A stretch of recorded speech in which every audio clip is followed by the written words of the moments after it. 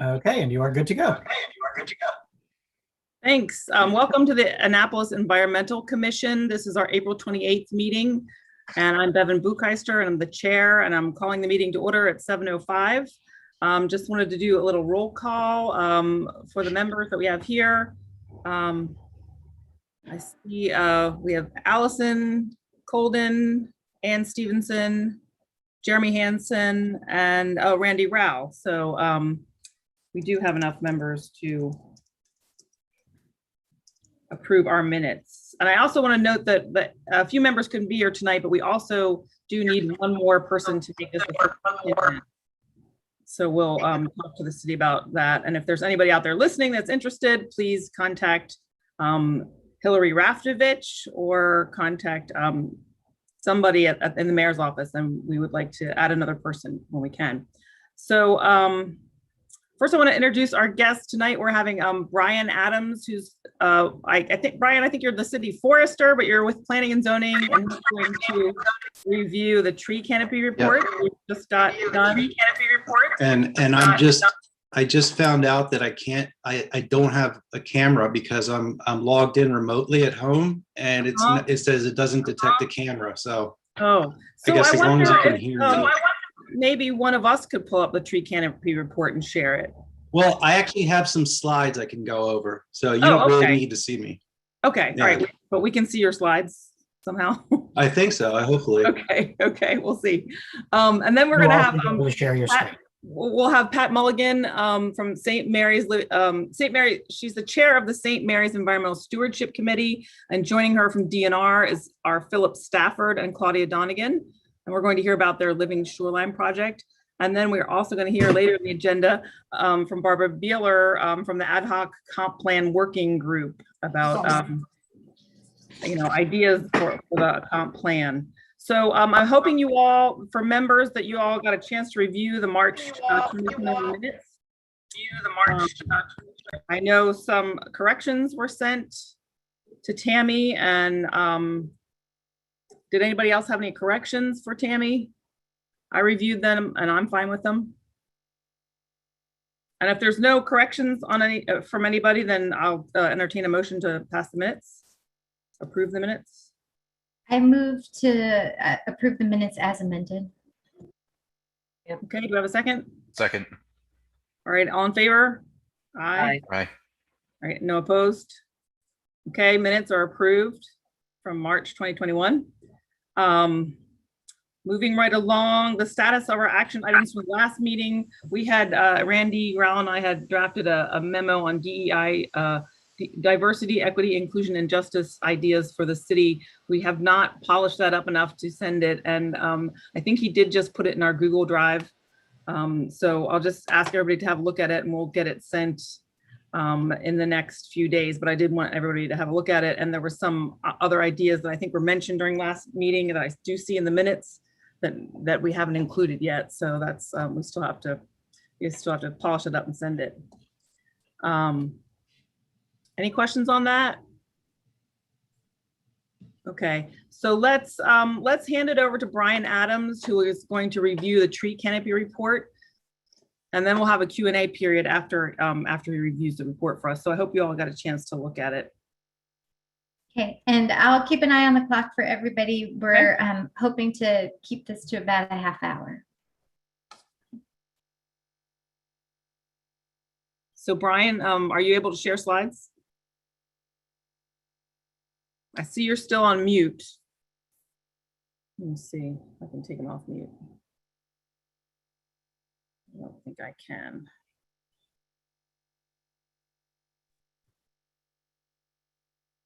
All right, I'm here. Let me see if this works.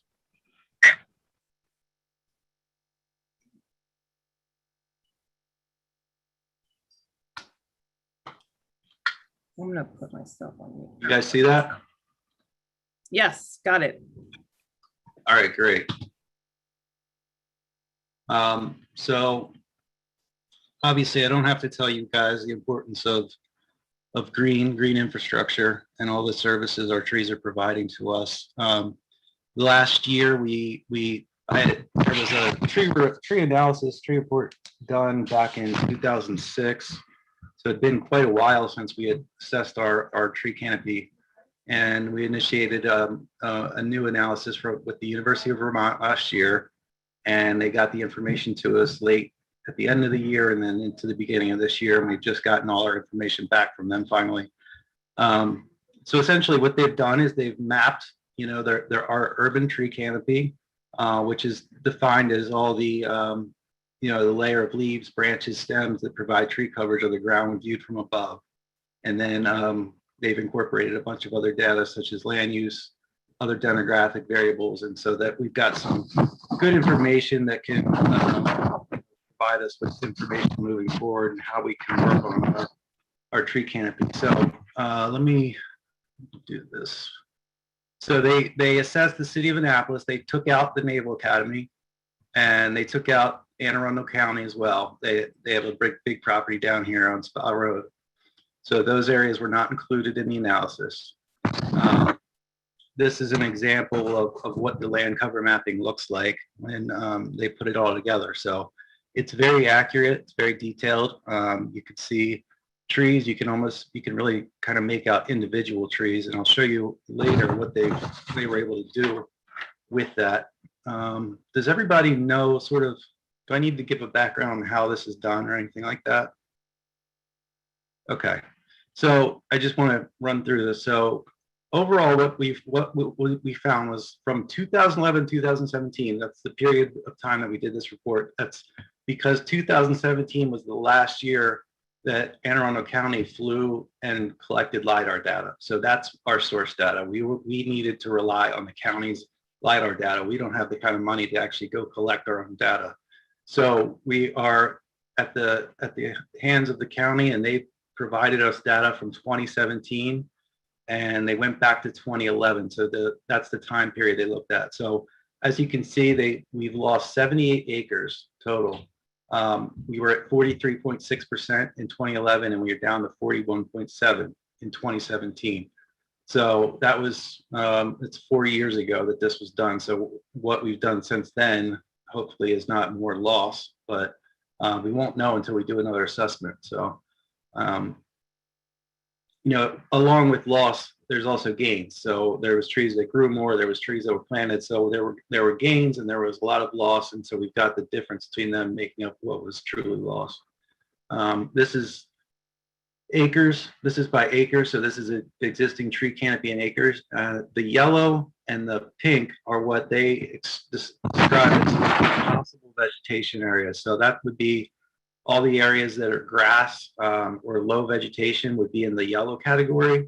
And possible impervious would be stuff like roads and sidewalks and stuff where it's feasible to plant trees, but obviously once you get on the ground and make that determination, you may not have that much ground to cover for tree planting. So that just is what is not including buildings and stuff like that, which is in the far right.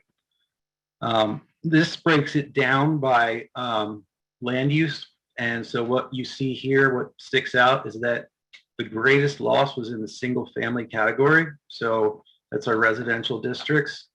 You can see down at the bottom, the percentage it's by acre. So you've got quite a bit of loss. But it also, what's good to see in the yellow category is that that's potential for planting. So what this is telling us is that where we have the most opportunities is in residential properties. So what we really need to be doing is getting trees planted on people's properties. However we do that, whether we do it through tree giveaways, through tree plantings done by the city in the right of way, but that is where the biggest potential lies. It's also where we've lost the most. So this is another chart just showing you how much was lost in the single family category. There was only 5.9 acres gained, but 58.8 were lost. This is the tree canopy percentage by land use. This is just sort of another model. The darker green are the areas heavily treed. Now they did the water in green here, which is kind of confusing, but the idea here is to look at at the areas that are dense green, they're the heavier treed areas, and your white areas would be like along West Street and downtown where you're not seeing a lot of trees. And then this is the potential or possible tree canopy percentage. So you've got a lot out in Ward 2, and then all the residential areas seem to be right about, 18-20% on those parcels that you could potentially plant trees. We broke it down by wards as well. Ward 2 makes up the most loss, and they also have the most tree canopy, so it makes sense that they would probably lose the most. I don't know if this information, if anybody wants me to stop at any point. I'm just kind of trying to get through it. Yeah, I think we'll just do questions afterwards, Brian. We'll just do questions afterwards. Yeah. Oh yeah, sure. Yeah, that's fine. So this is potential canopy by wards. Again, Ward 2 is where we have the most potential. We have the most loss, but we also have the most potential. This is existing tree canopy percentage by wards. So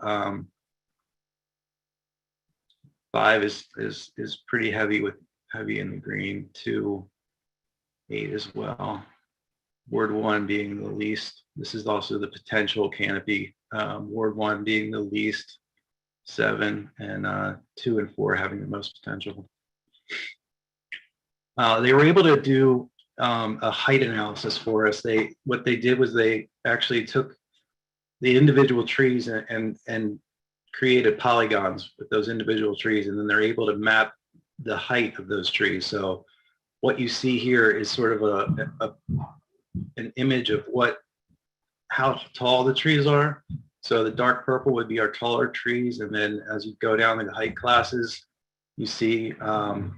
So this is an example where you've got a lot of older trees. It's a good example of a lot of older trees in a residential area. The big part that we take from this is that if you look at the graph on the top to the left, we have the most gains in the 0 to 10 category. So that would be new plantings. The problem with this is that we're also seeing the most loss in like one of our best categories, which is like the 40 to 50 feet tall. Those trees are really starting to provide benefits for us and really starting to prove their worth. So we're losing a lot of big trees. But it's interesting to see that we've got trees in the 90 to 100 category, which shows what potential we have for trees that are able to grow that tall in the city. This breaks it down further by parcel. So it goes to the parcel level, and here you see the bigger parcels. You get to see tree canopy. You looked at Crystal Springs in that area. You've got a lot of trees down there. Let's see, this is the potential. So again, up in Ward 2, you've got a lot of potential. I guess that's along Cedar Park Road. Main Street obviously has the fewest. This is an example where they found loss. So this is the Village Greens of Annapolis, and between that time period, you see in the orange all the trees that were lost due to development. And this is what it looks like in the modeling. You see that those trees are gone in the 2017 data. This is an example of where we gained, where trees grew and got taller, got bigger, and we saw gains in that. That's along Crystal Spring Farm Road, Masque Farm Road. And again, this is seeing it from the raw data. So you see the tree growth and canopy growth. So the possible vegetation, that excludes golf courses and recreational fields. It really, because they include streets and sidewalks, it's really just to serve as a guide for us for future analysis, not really a prescription of where to plant trees. But we do have like 1,000 acres of land, falling into that possible vegetation category. So there's certainly a lot of opportunities for planting trees and preserving our canopy. So let me, I think, slides I did, yeah. So you can take me, or I can take me. Yeah, so should I open it up to questions from the commission? Yeah, I'm just trying to Oh, okay. screen, but yeah, go ahead. Oh, were you done, Brian? Yep, I'm done with the presentation. Oh, okay, all right. Yeah, well, let me open it up to questions from the commission members. Just go ahead and unmute yourself. It wasn't much of a question, but it's just a comment. How you doing, Brian? And it's a very good presentation. A lot of really good data on there, and I think that it could be a very good use in the coming future. But I was just going to say maybe you know, the replant Annapolis and is another potential to really make cover some grounds on residential properties, since the kind of mimic sister program of Replant and Arundel, the goal has been all on residential planting. So I just thought I'd put that's definitely one of the biggest, one of the key next steps for this is the Replant Annapolis program, which is going to be a partnership with the Anne Arundel County Stewardship, and we're going to get volunteers and money from the city for trees and get trees planted. So working with the county and Anne Arundel stewards on that. But we're hoping to significantly increase tree planting. It has not been where it should be, and most of that's been due to the budget since I've been here, which I will say was after 2017, so none of this is my fault. No, I'm kidding. Not here to place blame now. Yeah. So yeah, I wasn't here, but you know, the next one that comes out will be that'll be the evidence for what I've done. But no, the budget has not allowed planting. It was pretty decent when I first came in, and we did quite a bit of planting, and this past 2 years or last year and a half, they've just cut our budget so much that tree planting's been like it's just not, there's just no money to do it, because we're managing trees, we're managing the current trees, we're doing hazard tree removal, we're doing pruning, and it sucks up the money and doesn't leave a whole lot for tree planting. Well, let me, we have a few more hands up. I'm just gonna go in order of my screen as I see them. Ann Stevenson had a question, and then Allison Colden. Yeah, Brian, thanks so much. This was super interesting, and I really appreciate your time. I wondered if you could just tell us a little bit about how you and your colleagues have been taking this data and thinking about how to integrate it with the comprehensive plan. When I saw these maps, I thought a lot about the Greenway process and project, and I wondered how, you know, now that you have this in hand, it's going to be integrated into other conversations around planning, land use. Yeah, certainly. We're within planning and zoning, working on the comprehensive plan. We've shared this with the colleagues that are working on the plan, and we're not only integrating, trying to increase the residential tree planting, but we're also working on our street tree master plan and sort of redoing that to include sort of focus areas of where we want to focus on planting trees, where are the best opportunities. So we want to incorporate that into the master plan, as well as the Greenway plan and the comprehensive plan. But this data, this just finally is hitting us in the last couple of months. So I've certainly shared it with the comprehensive plan team, and they've reviewed it, and we're working together to try to figure out ways to increase tree planting and preserve what we have going forward.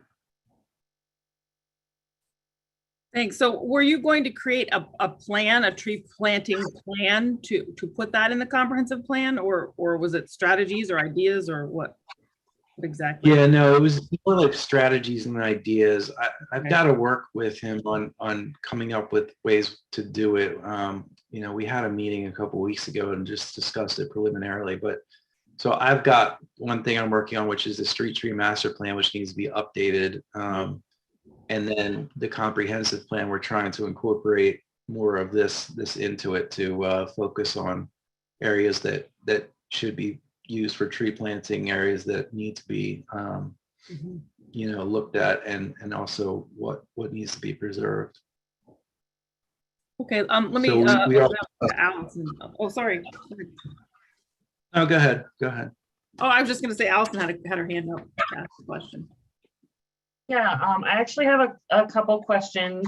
Brian, just want to echo my fellow commissioners' comments. That's a great presentation, and I'm really glad that the city took the initiative to get this analysis done. I'm just wondering, was there any analysis, or does this report provide information on sort of the sizes of contiguous forested areas? I'm sort of interested in not just the overall tree canopy, but like where are larger patches, and how big or small are areas of forested plots within the city? Yeah, we do actually have some data on that. It's described as connections in the report, and yes, we do have some. I didn't include those in the presentation just because it's pretty long when I get into all the different data that they presented to us. But yes, that is included. We've got some information on connections and where they've been made, you know, where trees have been growing and where we've seen gains, and then also where we've seen losses in those connections. So yes, we do have some data that shows us some information on that. Probably not as broad as you would like. I kind of see where you're going with it, but there is some information on it. Great. And then my next question was, does the analysis indicate that there's any other cause for canopy loss besides development? So no, not necessarily in the report, but my thought and my feeling is that a lot of it is residential loss. So it's a lot of homeowners, you know, taking down trees, and our code is strong in that it takes care of permits and stuff in front of homes and along the right of ways, but it doesn't address trees in people's backyards and trees up near houses. But we were working with Rob Savage on some new language for our code, and we're looking at including language that would require a permit for trees that are a certain size to be removed, regardless of where they are in the property, so that we can sort of get a handle on these larger tree removals with people that are taking down like 23 or 24-inch DBH trees that are in their backyard or whatever, and they don't need a permit for it. But so yeah, there is some language we're getting. I think he's getting that incorporated into the code. I've got to follow up with Rob on that. He was also trying to strengthen some of the language. Yeah, he did mention that to us and share it with us before. Yeah. So I think that was still one of his priorities before the end of this term. Okay. Yeah. And if I could just add one thing before wrapping up, I just want to echo Anne's comment about, I think there's a lot of great information here that could inform the comp plan. I'm glad to hear that, you know, obviously you've shared that with them already.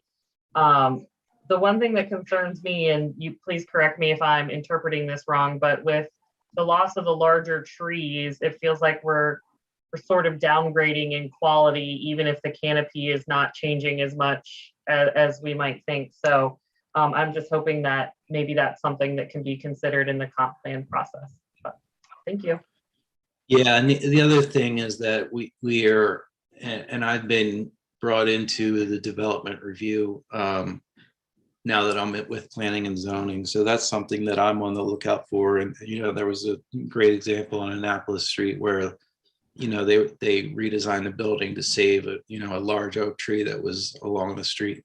So, you know, looking at ways to save those larger trees it certainly has to be, one of our strategies, because those make up so much of the canopy, and perform so much of the ecosystem services for us. So they're certainly, they're up there in importance, and we've got to find ways that we can save them. And I think the code changes is one way to do that. And the other way is through the development review. Right. And also it helps when we get it early in the development review too. So so it's not at the last minute, because I know developers are very frustrated with that. So we had Anne with her hand up, and then Jeremy. Well, I hope we can continue this conversation, Brian. And I think as we continue our work on recommendations for the comprehensive plan, we can, use this report. So that's super great to start the conversation. And I would just say, as somebody in Ward 2 that has an active newsletter for our neighborhood association, I think there's a lot of interest in learning more, and probably lots of interest on the part of homeowners here in supporting growing the tree canopy. So maybe we can, as a commission, Oh, we're getting feedback. Yeah. okay.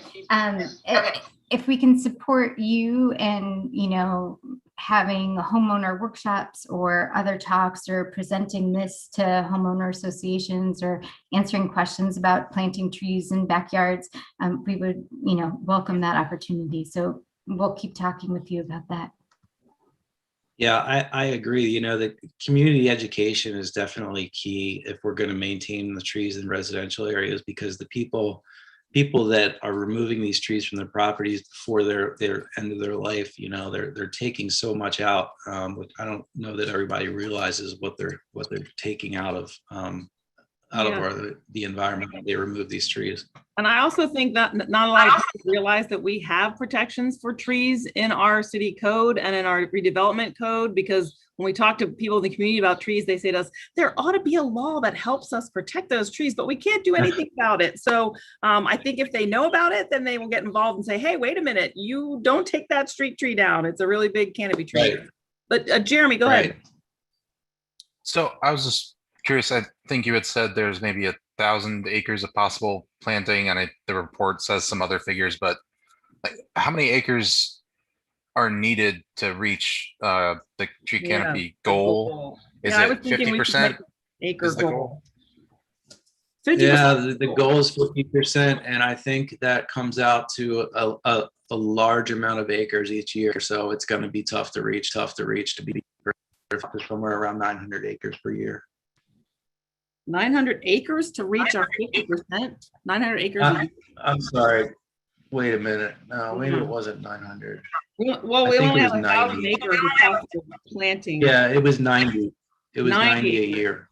Right. So maybe we should make a goal in the comp plan, an acre goal. Yeah.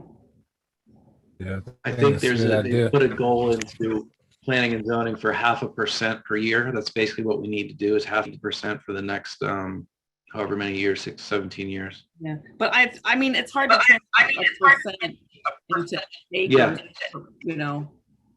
people.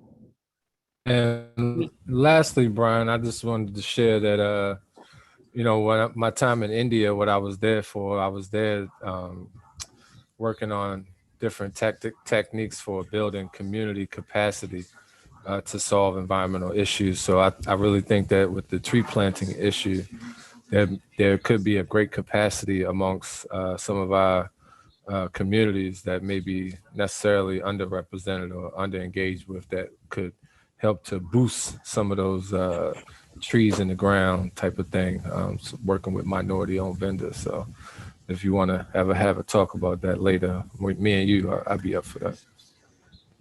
Okay, very good. Yeah, I mean, any ideas on how to do this? I'm one person in the city doing the tree thing, and it's a lot. It's to map out planting and plan, purchasing trees and plan what tree goes where.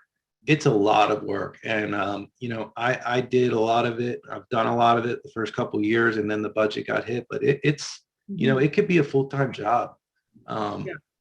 just finding planting locations and coordinating all the work to get it done. Yeah, well, thank you. And especially thank you for your time here. And I know we're running a little bit over. I was just gonna ask one more thing about the data. This is kind of old data. So we know a lot of trees have been taken down since 2016. Is there any way we could do like a running tally of permits of trees taken out? So when we get the next LiDAR report, or like we can keep a running estimate? So we don't have to wait. Are you talking about a running estimate of so how many trees we've lost and gained? So how would you offer, or how would you suggest tracking that, like through permits? Well, I guess through permits, if that's, I mean, you don't need a permit to plant them, but I guess we could figure out our tree loss anyway. It's to some degree. Like I said, there's a lot going on where we're not tracking it because it's being done on in parts of the property that don't need a permit. So we can track, we can pull the data for how many trees are taken out, in the front of houses and along the right of ways. And then that's also who gets a permit, who doesn't. I mean, I spend a lot of time going back to properties where people did not get a permit, and then I have to send them a next program. That tells, they've got to mitigate, right? They've got to mitigate. And so there's a lot of people that just don't know. Right. And they're surprised to find out that the code is what it is. Right. Okay. Well, I mean, maybe our members of our commission could help do outreach to their community associations, like Ann said, with information about the code and how you can protect trees in your neighborhood and what the code is on. Yeah. Trees. Get it out there. Absolutely. Yeah, absolutely. Great. We're happy to work with you on that. And thank you so much. I'm going to wrap it up because we have other guests here with another presentation on the St. Mary's Living Shoreline. Okay. So thank you so much. Very good. Bevan, I just want to add to the discussion, especially for Brian, which I think he just went off. Oh, no, I'm still here. No, he's over there. Okay, so we have a great forester. I've worked with him quite a bit, named Justin Arsenault. And he might be a really good one for you to just tap into, maybe just about your data and some strategies for increasing your tree canopy. He's the local forester for this area, DNR forester. He's from Saskatchewan or somewhere. He did a lot of tree planting. Their suggestion, I was just emailing with this guy today. His name's Doug Talamay. And he wrote a book called Nature's Last Hope. He's written a bunch of stuff.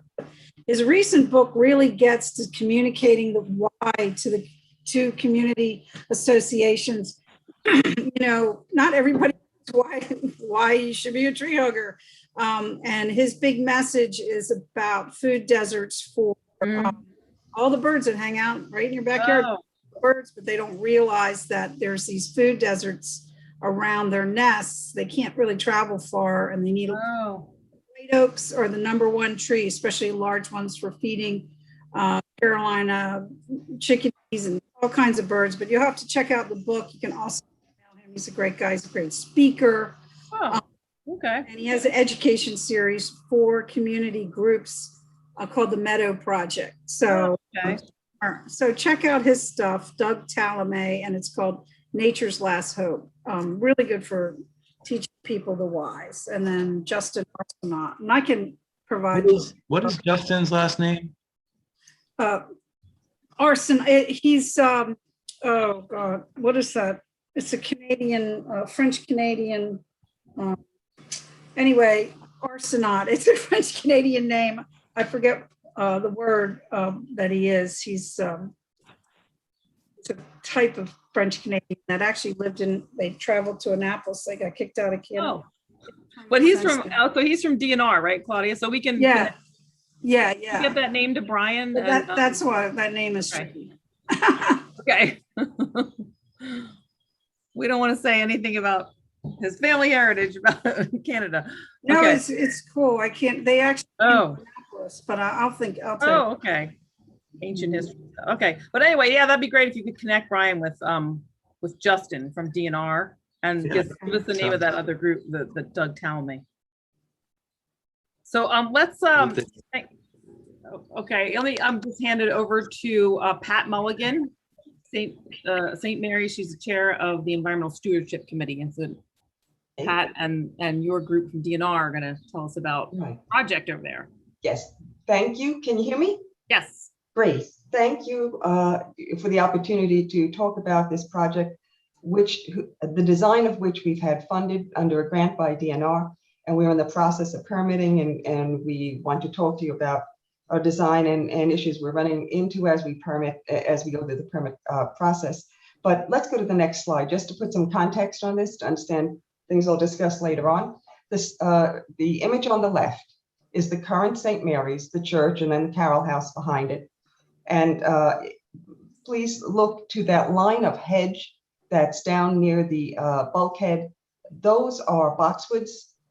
They're old, but they're not historic. They were built during they were planted in the last century. We're ascertaining which decade. They weren't present in early photographs. Then you'll note a grassy swath, and then we come to the current wooden bulkhead. The wooden bulkhead was installed, it was permitted in 1982.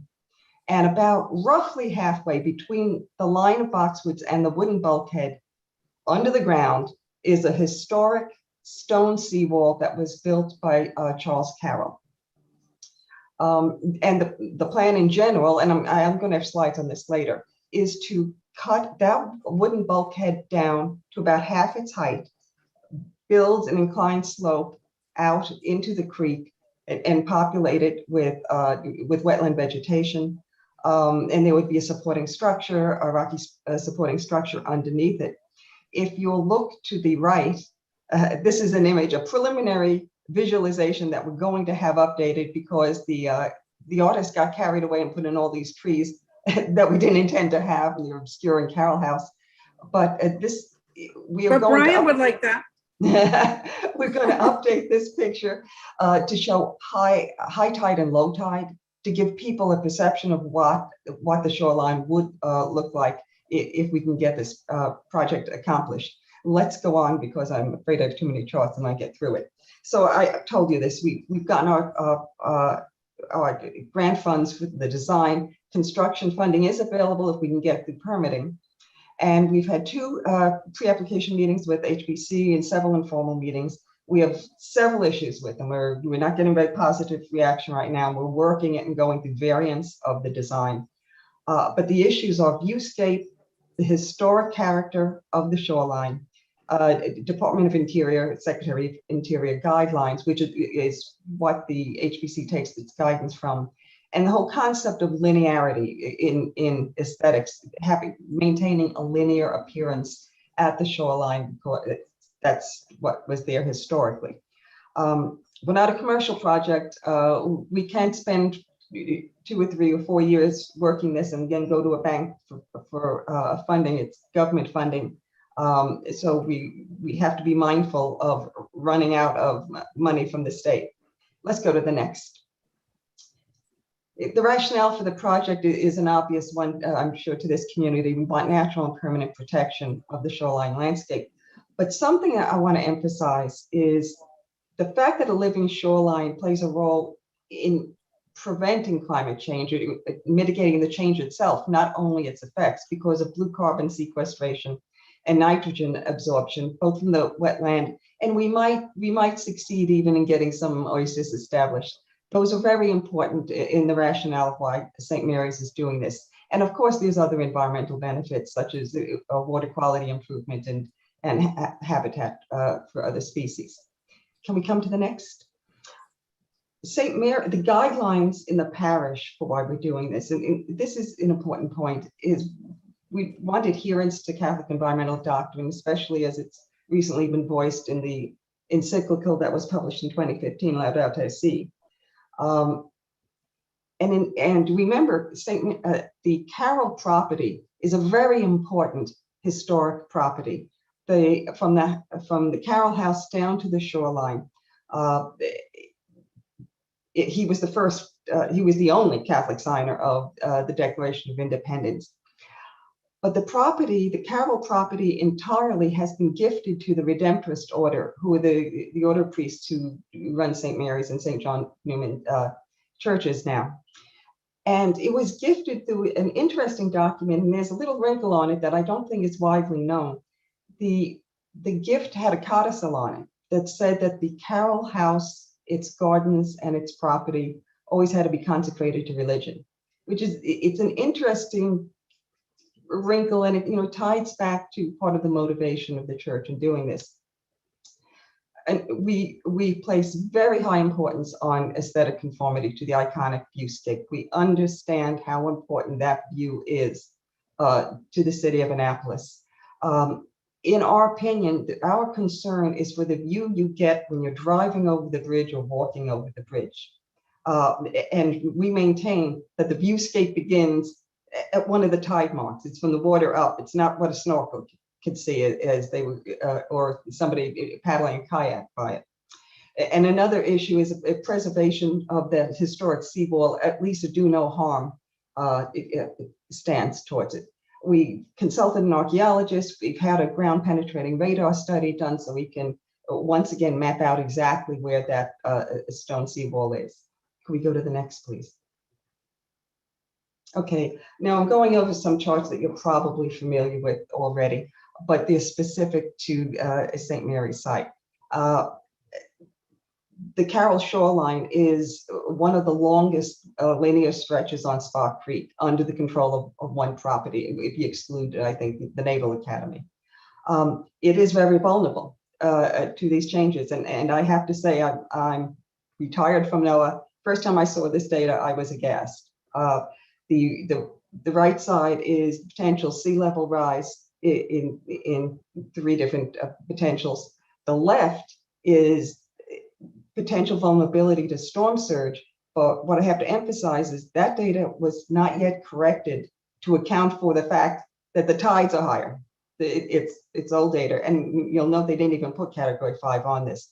Let's go to the next. The next two charts just show this same data overviewed on top of an aerial view of the property. So you can see, again, what our concern is. The bulkhead we have now is almost 40 years old. And Don's researching this, but we think there was a 50-year life on it. So this is a serious matter. Vegetation, just the shoreline, actually even the buried seawall as a consideration. Let's look at the next, please. And again, that's the vulnerability to storm surge. It's pretty bad, especially when you look on the surrounding communities, the residences. So let's go to the next, please. One of the issues we've been dealing with HPC is they have been quoting a long series of DOI guidelines that they fear make this an infeasible project at that site. We asked how the reality of sea level rise and climate change is causing DOI to update their guidelines, and we didn't get much of an answer at that time. I mean, this is an evolving situation, so we've done research on our own. In fact, we've retained an attorney to help us look at this. But to summarize, and this is a selective reading, and with just at the beginning, a secretarial order that came out close to 2009 is acknowledging that the creation of wetlands and other natural filters might be necessary to protect cultural resources. That was followed by a document released in 2019, which is the guidelines for flood adaptation. And I find it interesting that it acknowledges that some treatments that might not have been considered in another context because of historic character may be acceptable now as you have to deal with flooding hazards. Can we go to the next page? And specifically in site and landscape adaptations, they cited living shorelines. Under recommended practices, they cite living shorelines and wetland restoration. And there's a discussion in technical limitations. We have to consider, what are your alternatives if you don't do this? DOI doesn't particularly like the idea of berms or flood walls or anything that changes the historic character as well. And you have to additionally consider what you do to protect your own property without making it worse for your neighbors around you when you talk about hard structures. This is a conversation, thank you, yeah, we'll get to this in a second. Conversation we haven't had yet with HPC is this larger context of what do you do if we don't go to a living shoreline. So as I said, we've considered making several different variations on the design we've been proposing so far. The latest one, which an earlier one was, we were going to start the cut down into the creek behind the youngest of the boxwoods. Then we looked at another variation. We're looking at where we started the cut on the other side of the boxwoods so that they could be preserved, and we could reinforce linearity with that line of boxwoods. That did not, well, we didn't get any points, I think, for making that offer. Now we're going to look at starting the cut on the other side of the stone bulkhead, the original one. On this chart, it's outlined in red on the bottom. We would do that to re-emphasize and to sort of refute the contention that building a living shoreline would interfere with historic Carroll era gardens, because the only thing we would be excavating then would be landfill. Landfill was put in between the wooden bulkhead and the old seawall, and then the seawall was covered by landfill, and probably there was some place behind it as well. I think there was some erosion. So the only place we'd be excavating would be an area that was open water as recently as the 1970s, let alone during the Carroll era. However, there would be a cost associated with that. It'll probably impact the construction costs by in the hundreds of thousands of dollars. And lacking that, you know, we've gone back and forth on where should we have the cut. We considered moving it much further out into the creek. That pushed the cost up very, very high, almost another $1 million on construction. And it starts to interfere more with buoys and moorings. So lacking that, we'd have to go to an entirely new design, which would be extremely difficult and very costly at this point. Let's go to the next slide, please. We're trying to coordinate well with the city as we go along. We think we fit in well with the resiliency plan. We're protecting a large portion of Spark Creek without using city funds. Maryland Department of Environment likes it. We're providing credits to the city. We think a living shoreline at St. Mary's would really set a standard for the creek of something to be imitated. So let's go to the next. In conclusion, what we're asking now, first of all, I just wanted you to know where we had gotten to, but we will be requesting a letter of support for you for our application before HPC. I realize I'm preaching to the choir in saying this, but we think this is the best and most protective sea level rise response. And if you have any suggestions or guidance to give us as we approach the permitting process, we would welcome your input. And I hope I stayed within my time. Thank you so much, Pat. This was amazing, and thank you so much for taking on this major project. I know the only other major living shoreline project we have is over near St. John's College, and I walk there every day. And I remember when it was Bulkhead, and now it's this beautiful living shoreline that CBF helped install. Pat, so I just wanted to ask you, where's the funding coming from, and what's the deadline on that? It's a resiliency program through DNR, and you want me to talk a little bit about it, Pat? Go ahead. It's called the Restoration Through Resiliency. It's two big funds in our department. We have the Atlantic Coastal Bay Trust Fund, which are for stormwater, and then the newer fund, which is called Restoration Through Resiliency, which is trust fund is rental car tax and a little bit of gas tax. This is bond money, and you don't always get it the way you get people renting cars and getting gas. We're lucky to have it now. And St. Mary's won a very competitive application process to get this project rolling. The idea is to set example of a project in a highly visible area that helps teach people about resilient structures. The guy that manages the land at St. Mary's was the land manager at St. John's during that process. Okay, great. John Jackson, John Jackson. So he came to us. He's like, I got this church on board because, Catholics in the past aren't famous for their environmental stuff. And when Lado C came out, I mean, this was a way to show and teach people that this, this group of people are serious about resiliency in nature. And then the other shoreline, that it's going to be a large version of the shoreline that was built at Annapolis Maritime Museum, if you want to get an idea of what it same people essentially design and builds. And I would supplement what Claudia is saying by, we would be extremely selective in the vegetation we chose because we know the aesthetic is very important. We're not trying to make it look wild. We're trying to make it blend in with the current appearance as much as we can. And I want to open it up to questions from the commission. Just go ahead and unmute yourself for questions, Q&A period. And I'm very happy to hear that you're using those funds. I helped get those passed when I worked for the legislature. 2010 Trust Fund, Coastal Bays Fund. Go ahead, questions? Hello, and it's a very wonderful presentation. Thank you, Ms. Patricia and Claudia. Hello, Claudia Donegan. Good to see you. I just was wondering, is this project being kind of managed or kind of by the actual church, or is this a separate organization? The church will, Don will manage the contract.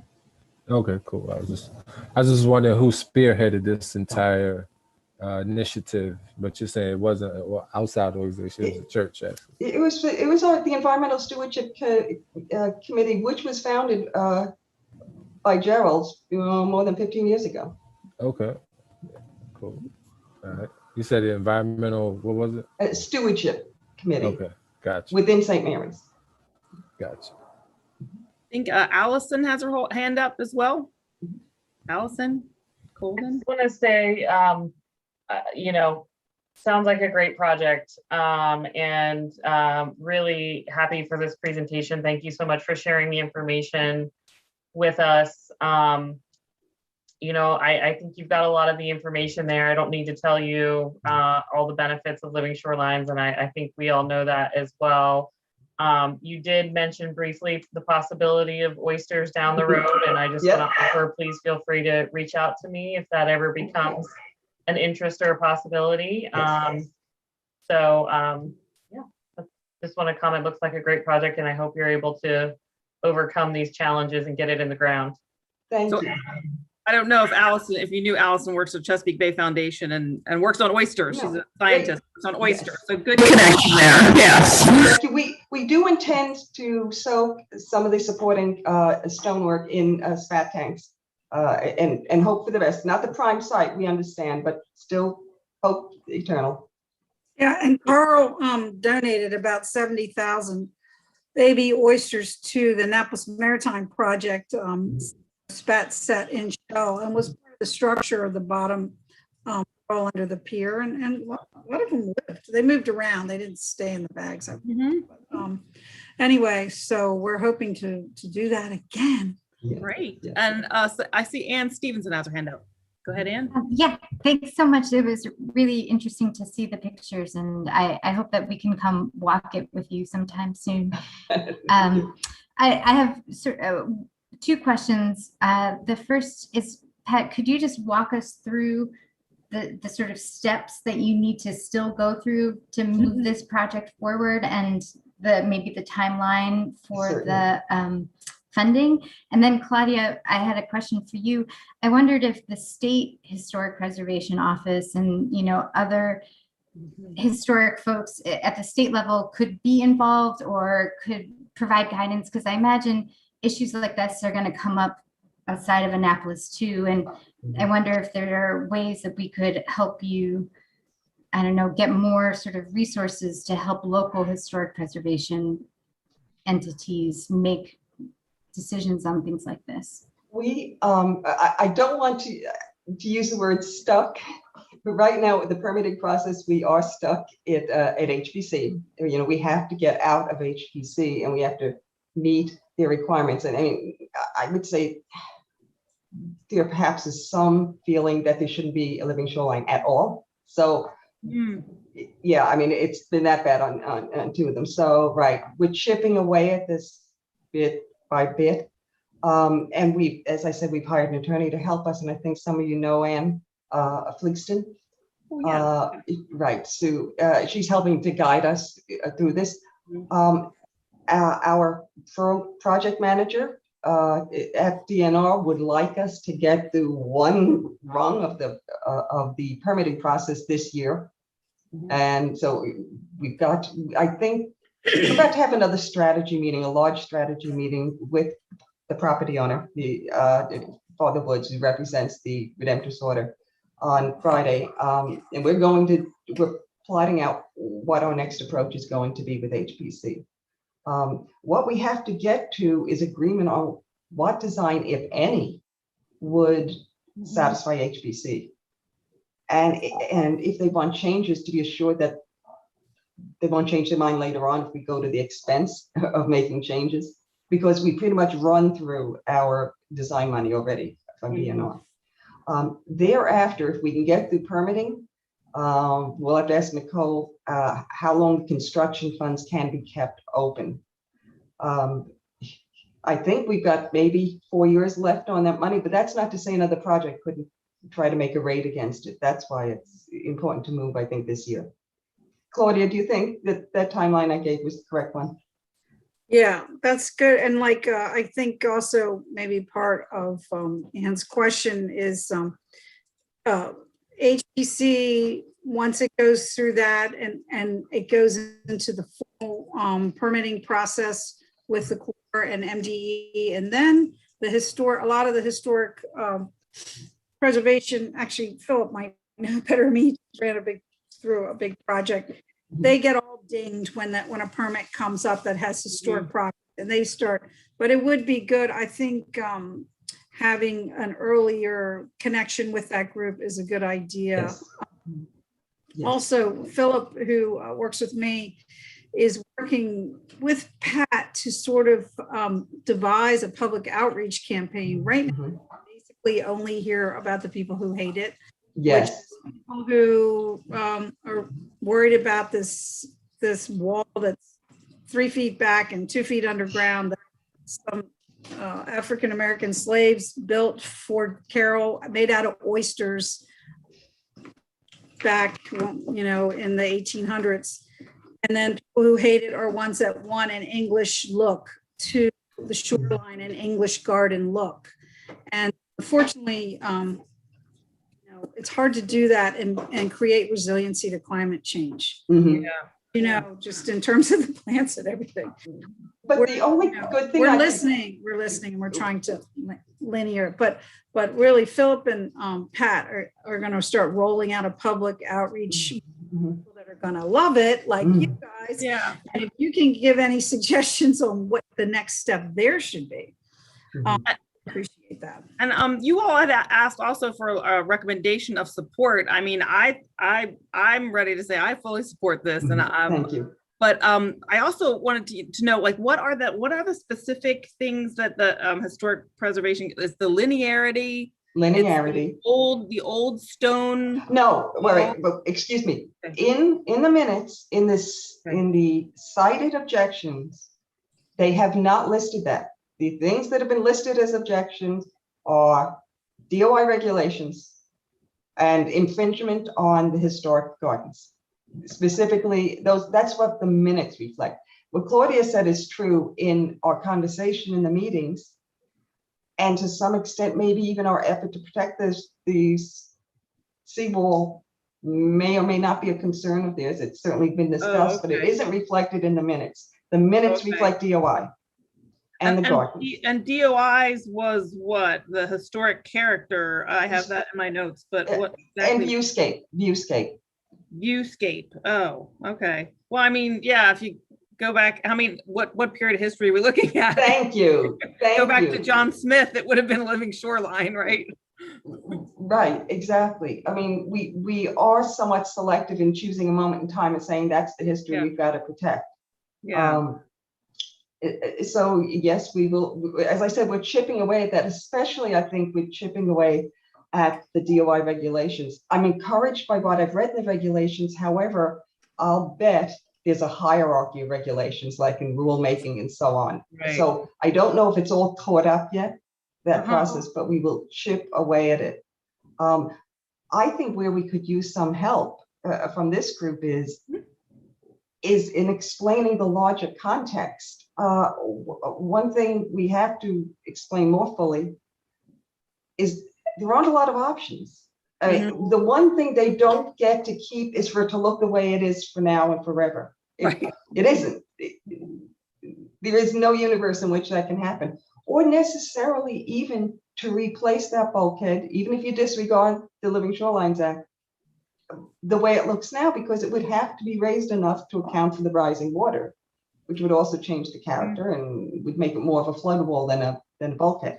And Pat, maybe take a minute to mention the Naval Academy's involved. Yes, thank you, Claudia. The Naval Academy, Professor Tori Johnson, engineering class, has done a 2-semester project with us in which they use underwater drones and so on. They made it their own project and treated it as though they were a competitor to design their own living shoreline. And they came up with their own design, which we'll see soon. And they have also noted in more damage on the bulkhead than we had been previously aware of. Right. It's a question as to how long we will have that current bulkhead. So, Claudia and Phil, I thought in Maryland state law, we did pass many, many years ago that there was a preference for living shorelines over bulkheads. Now, doesn't that count when you're replacing a bulkhead? Doesn't that apply? It does. It's a hard bar to get over. It's 85% of just sort of viability for the existing bulkhead, which is just, you can have a very deteriorated bulkhead and still meet that requirement. So even though there is sort of legislation that points you in one direction, to actually use that to force the hand up, it's very hard to sort of go that route.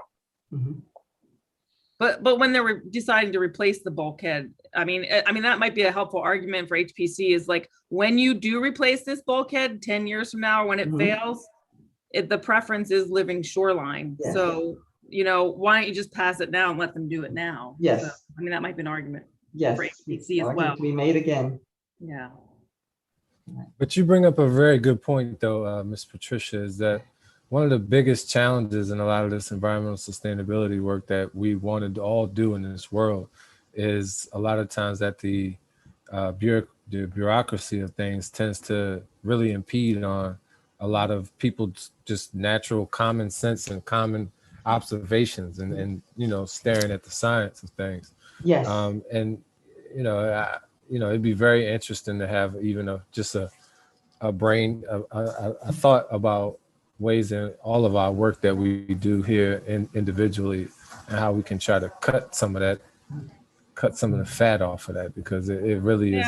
And I've heard it on a lot of different levels, you know, and I've seen it, you know, but I'm also, that was one thing I wanted to say, but I also wanted to say in regards to other faith-based organizations that may want to do similar projects like what you're doing on yours, but I don't know, they may not have, you know, the capacity that you may have at you all's church, like to do things like hire a lawyer and things like that, or write the grants and things like that, or even find the grants, you know, so, or even conceptualize an idea that you could actually even do. So that's kind of what I kind of try to represent in this group, is trying to figure out ways to cut some of the fat off of that as well, and kind of bridge those gaps. You know. Randy brings to mind, you know, we funded a project in his church's very historic graveyard, and things could have been brought up to fund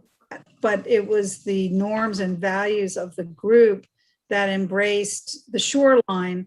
I mean, there's buffalo and there's all kinds of people in that graveyard, and we ran a stormwater right through the middle of it, but it was to protect. And believe me, but let me tell you, they weren't not going to have it done, were they, Randy? They were going to have it done. It wasn't no DOUI anything. was Yeah. good. Randy, I want to follow up and hear more about that experience. Oh yeah, Yes. sure, Yeah. no doubt. Yeah, I think it was the largest amount ever awarded in the state of Maryland Wow. for an environmental restoration on a historical African American church site, Wow. and that was for Wow, that's a good thing to 560,000. cite, yeah, for Yeah. our. And basically the same watershed. It's just Yep. on the other side. It was Whitehall Bay. Mm. Yeah. So we need your help. We need your Yeah. idea about how we should roll out our public outreach campaign. We'd love to have some suggestions there because, you know, this is for the commons. This is for Yeah. for Annapolis. It isn't just for, you know, the 3,000 parishioners at St. Mary's Church. Right. Mhm. So just, you know, we could Right. help. So I'm happy to talk with you further about public outreach and happy to help you with that. And I think probably our members are too. And they are all hooked into their community associations and their different communities too. But what the letter of support, would that be going to HPC or who would that be going, or the city or who, or to you all just in general to use?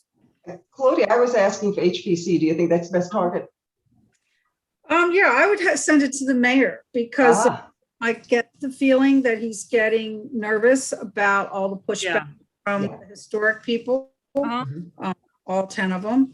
But no offense. In I terms think- of timing, I mean, if we did it to the mayor and the HPC, do you have another hearing before the HPC or meeting with them? I think we're probably going to have our next meeting in June. That's my guess. Okay. It'll be nice to know before then. We haven't scheduled it yet, but probably.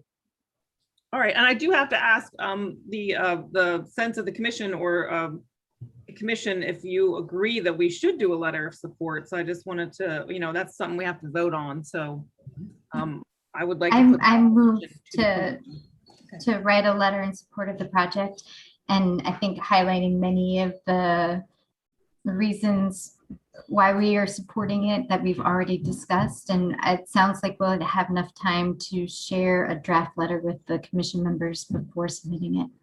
Okay, and I have a second. Okay, I think I saw Allison Colden with a second. So all in support, say aye. Aye. And if anybody's not in support, let's hear from you now. All right, so we will write a letter of support, and we would like to follow back up with you on, you know, how to do some outreach too. Yeah, and I just wanted to say also, it may be a good idea to put together a presentation and maybe even have a virtual, like a graphic design of what each of your options may look like. So that way, when you present to the people who are giving you feedback, you can say, this is what the options may look like, and here's why this one may or may not work. And of course, you would try to emphasize the fact that the living shoreline is going to be the best fit.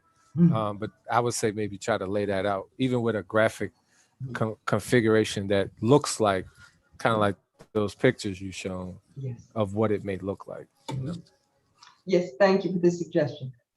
And we've got some updated renderings that we're having made right now. They're going to be ready in about a week. That'll hopefully give a better picture of sort of the adjustments we've already made to accommodate some of the feedback, and so we can show a better picture of what it will actually look like. Great. If you could share those with us, that'd be, you know, we'd appreciate it. So thank you. All right. Well, I just want to thank you all so much for doing this great work. It's a huge project, and it's going to be really impactful, and I hope we can help you get it through. Thank you very much for your help and for your attention. Good. All right. So I'm going to turn to our next agenda item, our DEIJ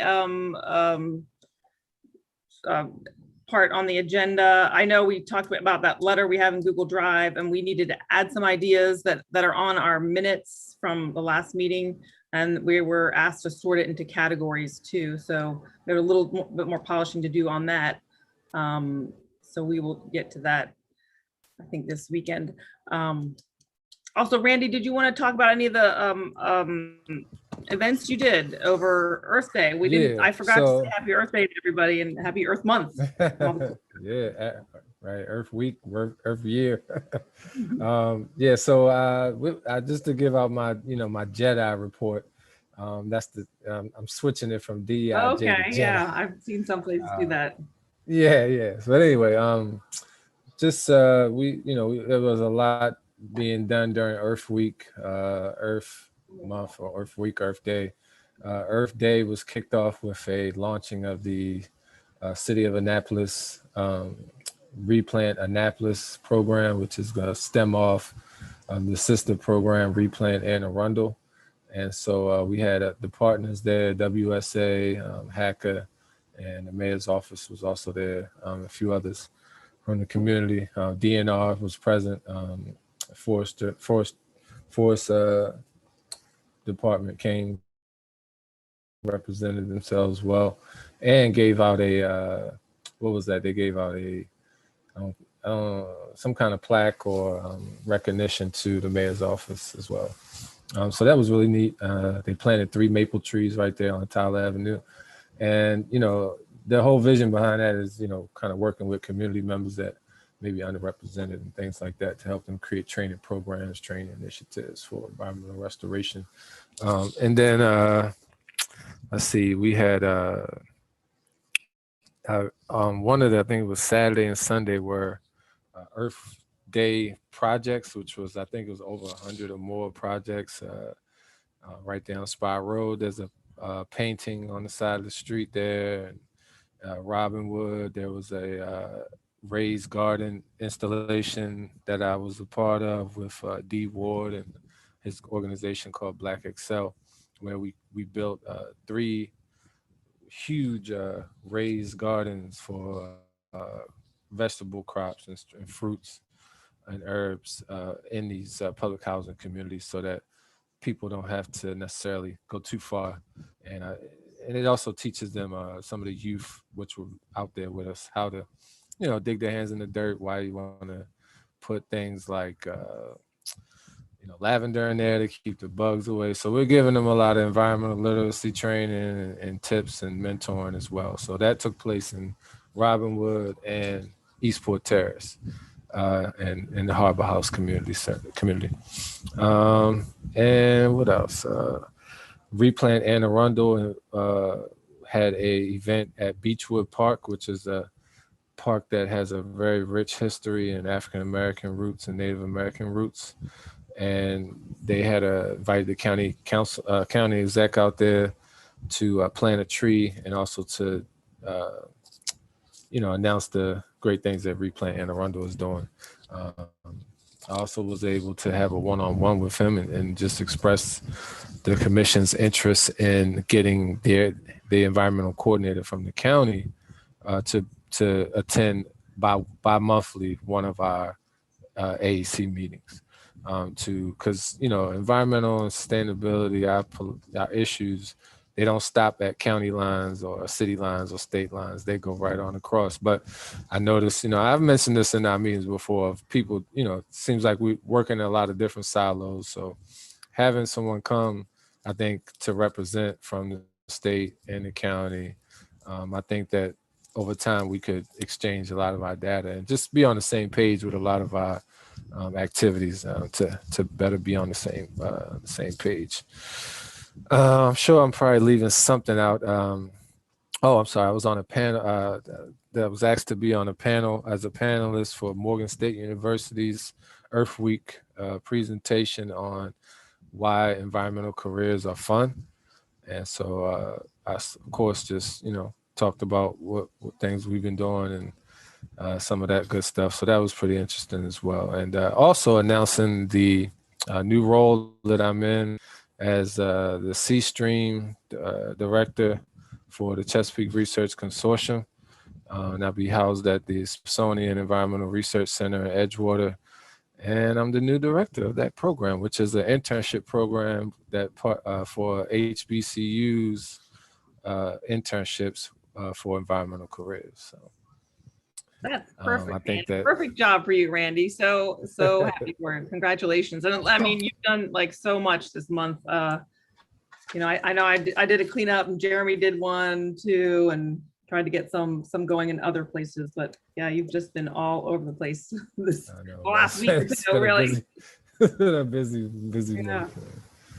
But so that was that, and you know, going forward, I think that I definitely would like to, in some of the spare time I find in this 24 hours in a day, is to try to figure out how we can find some adequate funding support for some of these programs that are popping up out of some of these grassroots organizations and some of our public housing communities that target some of them. And some of them have living, you know, they're right on the shoreline, like Clay Street and some other spots. So just want to figure out how we can maybe, you know, work with the state or work with the county to put in proposals or grants to. Right, like using the same funds that the St. Mary's Church just used. So I know Claudia Donegan knows all about those, the 2010 Trust Fund, the Chesapeake and Atlantic Oh, yeah. Space Trust Love Fund. to help you. Yeah. Yeah, and then so the city was reached out to by Archie Trader, the director of Recs and Parks, and he asked me to submit a kind of a scope for a proposal for like what he thinks, what I think should be in a pop-up. He's doing a summer camp environmental education pop-up camp this summer. And he's going to be random, and he's going to be in all the public, in the hacker communities. And so what I was thinking was, you know, maybe there's an opportunity to maybe, you know, provide some support, some funding, or even just idea sharing for where they could do some projects at, whether it's a cleanup, whether it's a, who knows? I mean, I honestly, Allison, I would love to see him, you know, do like an oyster bed project, you know, right there in Clay Street. I think that would be really neat. But, you know, just some ideas. Yeah, sure. I think a lot of people would be happy to help out with some ideas for that and contacts and connections and things like that. So what I'll do is I'll have in the drive, I'll create kind of a section for idea sharing or, you know, something to that effect. And then I'll also put in there the DEIJ monthly report. Okay. And then every month I'll just kind of update it. You'll just see. And then also the recommendations. Jedi monthly report, right? Yeah. Okay. And then the recommendations for the memo. Okay. It's a pretty long list right now. So maybe if we could synthesize it some. Yeah. I was just kind of that. It's just like a dump, really, you know, brain ideas. But right. Maybe we could put it in memo format. Kind of tighten it up some. Tighten it up and then see what the city can do and invite them to come talk to us about what they could do, short term, long term, things like that. Yep. All right, great. Thanks for that report. Any questions or comments from other members? All right, I know we've asked Barbara to come talk to us about the comp plan, and Barbara, are you able to share? I thought you had some slides. So we've been getting together this kind of ad hoc group, working on the comp plan, working on goals that we want to see in there. And I know we've had some presentations by Eric Lashinsky, but we felt like there needed to be some more structure around the environmental components in the comp plan. So the group got together. I know Allison and myself, Barbara and Diane Butler, and then Amy Clements as well. And I hope you all got the invitation for the city meeting on May 5th. It is, I think, Barbara. Yeah. What? Yes, it is. It's on May 5th. Okay. Yeah, it'll give us an opportunity to talk to the city. But go ahead, let me hand it over to you, Barbara. I see you starting with a cartoon. Okay, well, of course, Okay. you know, because we have to keep the comp plan isn't just any old comp plan we do with this decade and then we do another one. According to the scientists, we got 9 years. Mm-hmm. So that's why the global temperatures, ocean, and then is our humankind, are we in the city of Annapolis just going to sleep through this? Or are we going to make the comp plan a viable guide for going forward. Let me find, I'm having trouble. That was basically 9 years to address climate change and Well, not ready address. for it. Fix it. We got to put the plan into action right We now. got to fix it, but it's already coming. You know, we're already seeing higher sea level, sea level rise and things like that too. So. The city is very vulnerable. Just a second, I'm having a hard time figuring out how to forward this. Okay. I think there might just be a lag. So. Right. Anyway, the comp plan that you were, let me just go up. If you recall, this committee, the commission had a session with Eric on January 27th, 2021. There has been substantial updating and evolution of the comp plan, and in the last 3 months, and it's happening frequently. The most recent one is on the website is April 1st, but in fact there is one that's more updated, which is April 2024. Which was before the environmental matters committee at the commission. It's really important to this is dumb and it sounds reiterative, a comp plan. Its job is to guide future development. Okay, it guides development. The assumption under most people who are involved in comp plans is that development is a good. I have sat in on various meetings of the City Council and the Environmental Matters Committee, and I find that there is in fact a wide range of images about what development is. Environmental sensitivity is important, according to some. Others feel if we don't develop, if we don't grow, we'll be stale. And then others feel that anything that has to do with the environment is antithetical to other higher priority agendas, whereas in fact, as an environmentalist, environmental sustainability creates jobs, which creates employment, which improves public health. But for some, it's seen as antithetical.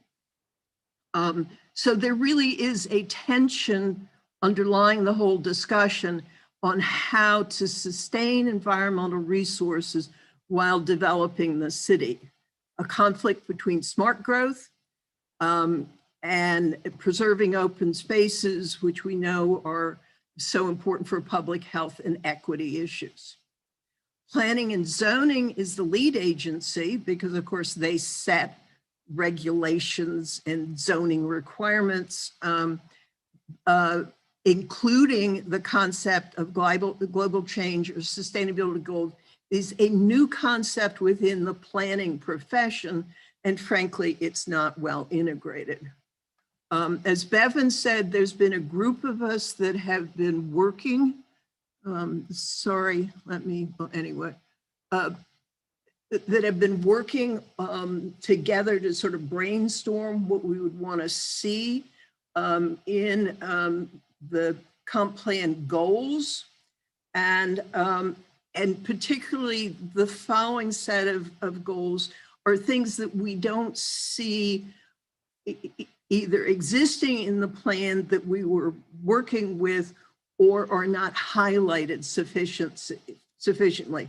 So for example, Clearly a goal should be ensure high quality natural resources.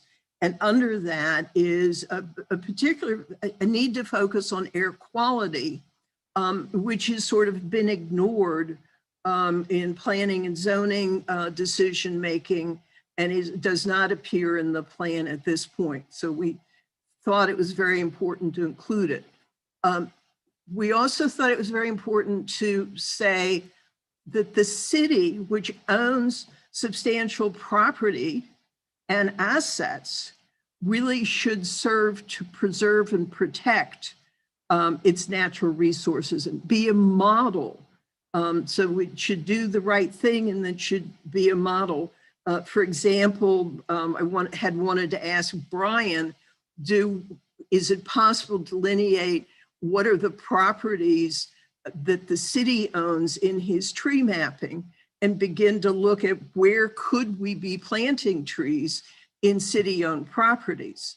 So it's becoming a model and a leader that we have yet to, we must have a climate resiliency strategy plan. Climate resilience has to do with the risks and threats of climate change, heat, stormwater runoff, rainstorms and droughts, coastal flooding, those kinds of things that Jackie is supposedly working on that, but it is not yet integrated into the master plan in any meaningful way to be able to talk about it. We wanted to set by 2030, that the 4 creeks of Annapolis be swimmable and fishable. That's a simple, achievable goal. They may not be swimmable every day. After a storm event, you wait a couple days, but we should be fixing those up. And part of that then is to do is to get watershed plans for each of the creeks. And then, of course, in the process of doing things like this, is definitely expand access, ensure that the public access we have doesn't disappear, and expand it as possible. Goal 4 we wanted was a tree plan. As you heard from Brian, we really aren't going to have a tree plan in the level that you'd actually say, okay, now we're going to implement this. We need to, I think, make a commitment that we will have a tree plan within a year, and that we will have the financial mechanisms for funding its implementation. The question I have to members of the commission is that currently it says we would achieve 50% cover by 2030. You heard Brian say that would be planting, I think it's 90 acres a year, or, Bevan, you had talked about some other maybe yearly goal that should be set. I think that's, I would like to push it so that we set a goal sooner than 2030. 2030 is a long, 36, that's a long time from now. Final thing is promoting green building design and energy conservation to reduce global warming. There are so many incentive programs that the city could be doing, promoting weatherization programs, which then actually are great job creation programs. Saving energy, we're going to have to save energy because we're going to need so much more electricity for our conversion of our vehicles to electric use. So we've got to do this conservation, plus it's good. The final area that our discussion was administrative goals. It seems when you step back and look at sort of city there at a meeting that Randy attended there on a brown bag lunch with the mayor, it was commented that there's a certain amount of cynicism by community members, and we have to ensure that if a goal is set, that they have the capacity to fully support and implement it. And again, it goes back to, we got 9 years to retain these. We can't just let this slide and disappear. And then the other thing is that so it's getting the administration to make a full commitment to implementation, and then ensuring that this document, this comp plan, is actually going to be the tool and the guide for development, public infrastructure, and environmental sustainability 2040. So that when the commission wants to know, well, how are you all doing in terms of meeting your goals, they're going to have some stuff to come back and tell you we're doing this and that. Dr. Nash is very supportive of that, and I'm very optimistic from that point of view. I wanted to just throw in here, this is from the most recent comp plan, and this is part of what's wrong with it. Here's and how there's word editing that needs to be done. Though they started this process in October, it doesn't, here it's a sensitive areas goal. It says expand the city's biodiversity through a coordinated approach that combines conservation, natural asset preservation, existing tree canopy, new planting strategies, and stewardship of protected areas. What is the goal? The goal is expand the city's biodiversity, period. Mm-hmm. All the rest of it's word salad. You put that into action, the other components into action plans. And I hate that it's recommended action plans. No, these are the action plans in the comp plan. These are things you are to do. We're not recommending that you might, if you were so desire, do these things. They're in action plans that need to be implemented. And I don't like recommendation. And you can see in this goal where the staff has not been able to list performance metrics, like they don't know how they would know that this goal was met because the poor wording of this. And then the last thing is environmental summit, very helpful resources. I just sat through another meeting of the Environmental Matters Committee today. I know lots of things on your plate. I urge you guys to take the time to watch the meetings on the 21st and the 28th, because these are very interesting conversations between 3 aldermen and city staff about the comp plan, and it's about the comp plan. You all are going to have a role in being sure it works. We have the group that our working group. We found 2 documents that are excellent. One is Norfolk, Virginia has a comprehensive plan to die for. It is fabulous and really, lays out clear goals and action steps. Also, the American Planning Association has a climate change policy guide. Again, clear objectives, clear action steps.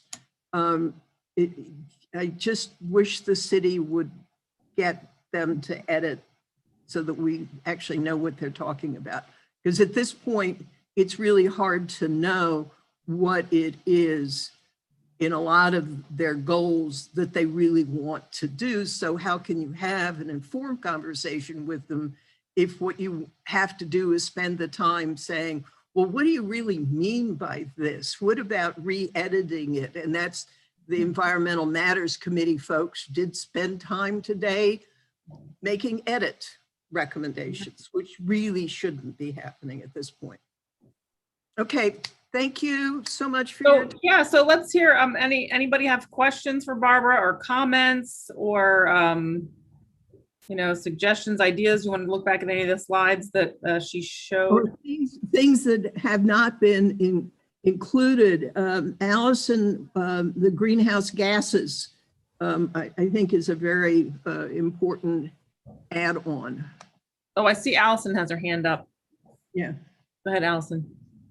Yeah, so I just wanted to clarify, I can't remember if it was you, Barbara, or Bevan at the beginning saying that we should have received an invitation to this May 5th meeting from the city. I'll say I personally haven't received an invitation, so I don't know if other members of the commission have or not. Okay. How about I forward it to everybody while we're moving on before we forget? Thank you, Anne. I sent some ideas to Barbara earlier about greenhouse gases. I know we've got a greenhouse gas inventory that's ongoing. I think that that is another important part of this plan. We've got a lot of different pieces and parts that are being incorporated somewhat by reference into this comp plan, the Greenways plan and the Forest Drive sector study and all of these other efforts that are ongoing. And I think it's really important for the city to develop a greenhouse gas reduction goal to incorporate into the plan, because that is going to drive a lot of the work that I think Barbara and others have been envisioning about energy conservation, building out infrastructure for electric transportation and transit, investing in electric vehicles for public transportation. It's another one of those big overarching things that can drive a lot of specific actions and has a lot to do, you know, with some of the impacts that we're seeing in terms of urban heat islands and things like that. I think, and to just chime in on that, I think one of the challenges is that over the past, I don't know, since like 2006, however many years that's been, the city has set both community and city operational greenhouse gas reductions, different ones. Like we have 4 or 5 different goals. And they're, as Barbara's pointed out, they're all way in the future, you know, like the Canopy goals too. And so we need interim goals. And I think, and we need to say, this is the goal. We like the thing that the mayor signed last year. That's the goal. That's the one we're working towards. Forget all the other ones. And there's some like, you know, stuff and stuff. There's just cleanup that has to go with that. So we can have, and then you can have discussions about strategies, but we sort of don't even know what we're working towards in some of this. And I think that that's really hard. It is a very, I appreciate that this is an evolutionary process, and I have a lot of respect for each of the staff people at the city who's working on this. Howsoever, I'm impatient enough. You can't ask us for input if we don't know what you're talking about. And that's a perfect example, Anne, of you know, yeah, that's a good idea to get to 2020. And then the other thing we can do is you can set interim goals by, you know, 2026, we should be at X, and by whatever, or that we do every 5 years, there's a new assessment and new goals set. I mean, there are all sorts of, you don't have to just do a goal and somehow or another that will get done in year 10. Yeah, I think, like we know a lot of the practices that need to be done to get there, so we can start doing them or start making a goal for getting some of them done. You know, I mean, it would be great to find out what our baseline is right now, and then which Anne, you're helping us figure out right now, and then make a realistic goal, and then the steps, and maybe that's what we need to put in there. But we also know what some of the steps are. Like the city right now produces a lot of solar, but we don't buy our own solar. We buy coal-fired power. So, you know, But like, the solar we produce, we sell the solar grid. attributes. So we don't count that against any of our emissions. right, we don't count it against any of our emissions, but we are creating, I mean, by buying coal-fired power, we're creating demand for that. So if we used our own solar and then somebody else would have to, you know. But that goes then back to how important conservation measures are and reducing the consumption. You know, there's so much you could reduce in Right. residential. So, I mean, you know how they have the solar, the requirement to sell a certain amount of solar or provide a certain amount of solar. Like if we used our own solar, then somebody else couldn't be using our solar. So there would be they'd have to build some more solar to satisfy that need, you know? So if we're not using our own renewable energy, then we are creating demand for the coal-fired power. Yeah. So, And one of the things that I saw a study which basically said, if the projections of shifting to electric vehicles, buses, all of that if we aren't ahead of the curve in producing the alternative energy, what it will do is drive us more back to coal, because that's going to be what's, you know, when you sort of bottom out, that's what you're electricity. gonna, so that makes it, Yeah. And to Anne's point about the timelines, which I think is a great one, I think there are already benchmarks out there. You know, we can take our cue from things like automakers saying they're not going to produce any more gas-powered cars beyond 2030. I think that gives us a backstop. And Bevan, you had a good comment to, you know, figure out what the baseline is and set realistic goals. I would even sort of say set goals that are a little bit hard. Yeah. Right. Realistic is great, but maybe just a little bit aspirational goals, right? One step further, because I think the whole point and what Anne was trying to get at is unless it's going to be something that is going to drive change because of the timeline, it's not going to be effective. Right.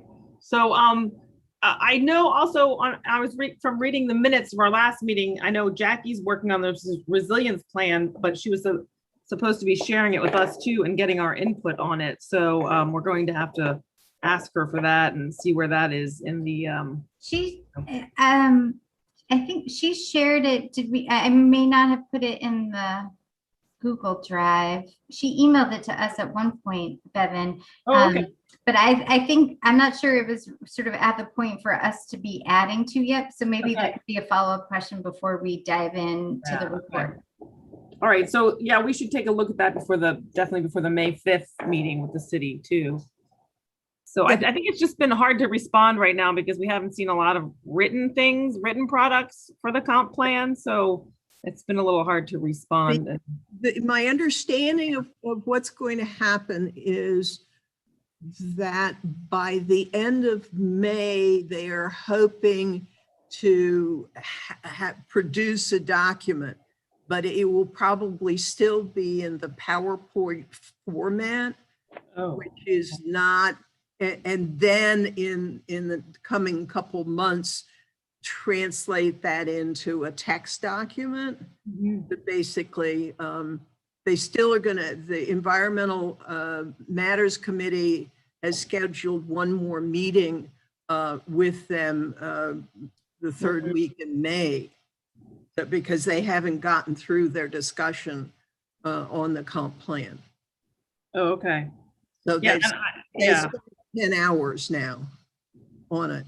Right. And I do want to just make sure that we still have the opportunity to weigh in. And if we see things that aren't there or things that should be improved when we do see the written plan, I mean, that's really important part of public involvement as well. So we will continue to ask the city for to keep things open so we can respond to the written plan. Yeah, I would hope you could have even put it on your agenda at some point. Yeah. And have a follow-up meeting. Sure. Yeah, after we see some written material. because there's so much that's changed and. Oh, okay, yeah. All right, any more comments or questions for Barbara? Thank you for your time. Thanks, Barbara, for coming and for all the work you and Bevan and others are doing to continue pushing this along. I really appreciate it. It's a lot of work. I have to confess, Barbara's been doing the lion's share of the work, really. Well, And if anybody wants to join our little ad hoc group, we usually have a call on the weekends, a Zoom call. Yeah, I'd like to. And thank Okay. you, Miss Barbara, as well. Your words and your comments were very profound and on point. And thank you. I appreciate that. The whole time I was like, yes. I referenced also the Arlington County comp plan. You may want to check it out. You may have already seen it or aware of it. Yeah. And very, very similar in regards to its clarity and it's, it's Great. Yeah. Take a look at that again too. All right, and Randy, we'll add you to the list. Anybody else want to join? Okay, so I'm going to make sure we end this meeting at 9 today. So I don't want to go over because I know everybody's got Zoom fatigue, me included. But so thanks, Barbara. And I know I skipped the legislation report, and I think they voted on the Tucker Street boat ramp access on Monday. I think I read that, but I don't know what the vote was or what the new legislation was. But I'm just assuming that we didn't hear from Rob that we needed to rally, that they did take our suggestions and they only applied it to boats with motors, which is, that's a normal thing, I think. Also, we haven't seen the adequate public facilities legislation. I think they're still working on that, still drafting that. But I do believe, I read in the paper on Sunday, they were going to introduce the Climate Resiliency Authority. So I think that's something we really need to talk about. I've been very concerned because I keep reading in the paper, the mayor and other people saying that taxpayers aren't going to pay for this, but it might not be taxes that are funding that, but they do have an authority to charge everybody a fee. So that's something that I think has not been really reported on well or really understood well. So they have to have money to operate, and they're going to charge people a fee. So they're just not calling it a tax, but it's a fee for a service. So that's something that we have to really look at. Go ahead, Barbara, did you have a question? Bevan, reading that article on Sunday, I was not aware that the authority is a county authority and that the city only has 3 people. Yes. So I think the county will have 7 people and the city will have 3. That is recipe, and the whole city dock thing is resting on that. Yeah, I'm really concerned too that they keep talking about the city dock, like they're saying that their city dock, the whole impetus for that was resiliency. Well, it wasn't, it was really, they wanted to redo it and make it a nicer looking place. So I'm not sure how much of that 60 million is actually going towards resiliency. And then they're tying in the garage on Main Street to this whole project too, and saying that's going to fund the work. But the garage revenue used to fund our transportation system. So what's going to be funding our transportation system now? Well, your taxes are. So it's this whole moving money around shell game. And, when one person from the finance committee on the city dock plan, he stood up and said, you can do this with regular conventional funding with bonds. And but the thing is that he didn't say was we're at the top of our bond limit. We're at our limit of borrowing right now. So we can't do it right now with bonds. We have to pay off some of the bonds we've already, with money we've already borrowed. So yeah, there's a whole lot of moving parts to this. And a lot of those authorities that I've seen, were a bit of a disaster. And, the Port Authority between New Jersey and New York and Newport. Yeah, the Newport Authority, the Trans Bay Authority in San Francisco, where they got arrested for graft. And, just seeing how our stormwater fee hasn't gotten the stormwater project in the ground yet, and we've been paying 10 years. I am very nervous about the capability of, of this Resilience Authority. And also the thing is, the only power they have that the city doesn't already have is charging us a fee. So the city can already do all these things that they want to do, like bring in federal money, and I've seen other cities do it in different ways too, where they've just hired a consultant to help them with major water projects. So that were many millions of dollars. So and the other thing that really concerns me is we haven't had a community conversation yet about what we're going to do, like what projects we're going to do. Are we going to defend everything? We saw the sea level maps that St. Mary's showed us. The most land we're going to be protecting is waterfront right now. So I think very wealthy people live on the waterfront. So exactly. We're going to pay all of our dollars to protect all these millionaires' waterfront homes. Yeah, I was just we need to know what we're getting into before we're financing it, So The maritime district will disappear. Yeah, but are we going to build a big wall around them? Totally flooded. And then, there's special tax districts to do that as well, So if people have a lot of money, then maybe they should be paying more for it. So there's so many questions on this, but it was just introduced, so I will ask that it be sent to us for comment, and we can comment on it even if it isn't sent to us, but we definitely should be commenting on it. So we have about 4 minutes left. I'm just gonna say the most vulnerable too is something that I didn't hear much about just referring back to that and the comp plan thing. Right. But communities and people that are most vulnerable to climate change and sustain, some of these climate, sea level rises and changes in our climate, I think could be targeted a little bit more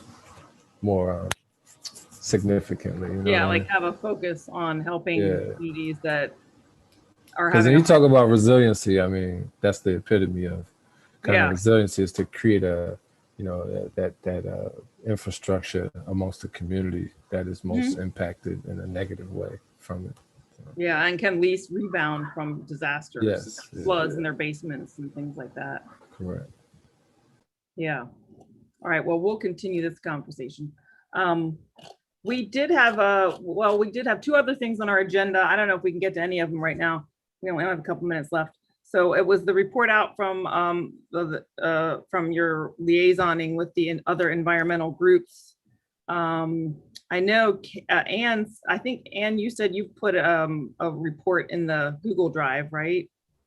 I added notes from my chat with Jim on the Severn River Commission's priorities and our overlap. And rather than going into it now, I'll just share that one of the things that he and I talked about is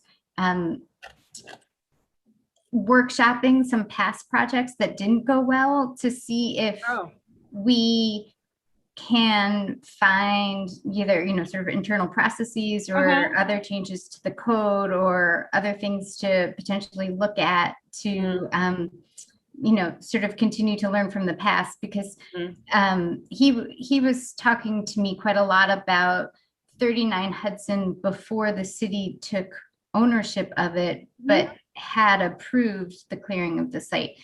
So it would be that, we talked about what it would look, are there projects like that we could revisit just to sort of see how that came to pass? And have we addressed all of the things that we could as a city or as a community to ensure that things like that don't happen again? So that's something to sort of noodle on and think about in the future. Yeah, that's a great idea. Let's see. And so I think if everybody just wanted to, I guess, add on to Anne's doc with your check-in from the environmental groups. I also wanted to specifically ask you to ask them about permitting and see what kind of issues they had about, with permitting, because I know it's a very, very difficult process to get through permitting here in Annapolis. And I've just heard this over many years. So I'd like to hear about what the difficulties are. And then, maybe we could do a workshop on that with the Severn River Commission and some of the other groups, just to look at permitting issues and then other gaps where, that need to be filled.